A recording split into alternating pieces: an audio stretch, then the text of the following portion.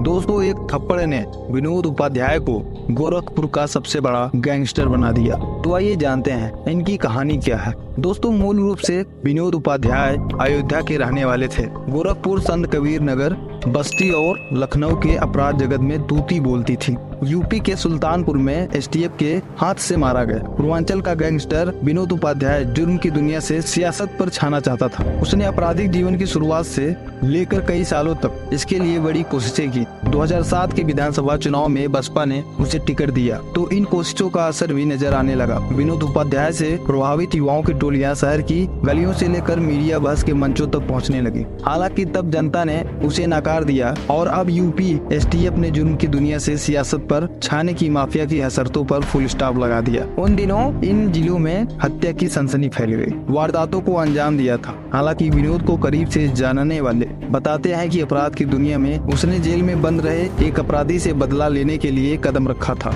जीत नारायण मिश्र नाम के इस अपराधी से साल 2004 में विनोद उपाध्याय का कुछ विवाद हो गया था। बताते हैं कि तब जीत नारायण मिश्र ने उसे एक थप्पड़ मार दिया था। विनोद को यह इतना अनैतिक लगा कि उसने जीत नारायण से बदला लेने के लिए ठान ली। अगले साल यानी 2005 में जीत नारायण जेल से बाहर आया तो पहला मौका मिलते ही विनोद उपाध्याय ने संत कबीर नगर के बखीरा के पास उसकी हत्या कर दी। इसके बाद विनोद उपाध्याय ने जुर्म की दुनिया में कभी पीछे मुड़कर नहीं देखा। उसने उत्साहित युवाओं को अपने गैंग में शामिल किया और देखते ही देखते पूर्वांचल के कई जिलों में एक संगठित गिरोह की तरह काम करने लगा। इसके बाद विनोद उपाध्याय के गुर्गों के नाम से ठेके पट्टों को लेने की खबरें आने लगी। कई बार इन ठेके पट्टों के चक्कर में गोलियां भी चलती थी। धीरे धीरे विनोद उपाध्याय नई पीढ़ी के अपराधियों में ठीक ठाक स्थिति में माना जाने लगा। एक के बाद एक 35 से अधिक मुकदमे उसके नाम दर्ज होते चले गए। अपराध जगत में उसकी तूती बोलने लगी तो उसने सियासत की दुनिया में कदम रखने का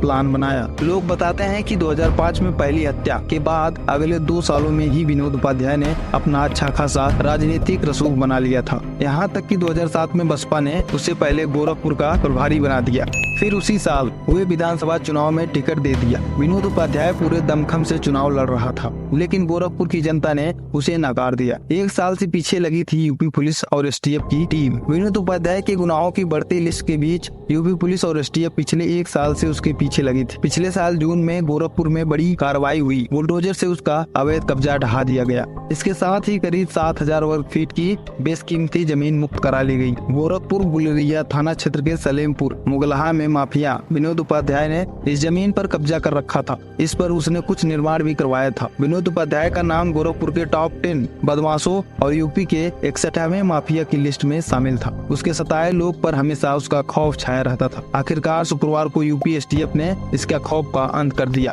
दोस्तों, यही थी विनोद उपाध्याय की कहानी। ऐसे ही क्राइम से संबंधित जानने के लिए हमारे चैनल को सब्सक्राइब करें और कमेंट करके अपनी राय जरूर दें।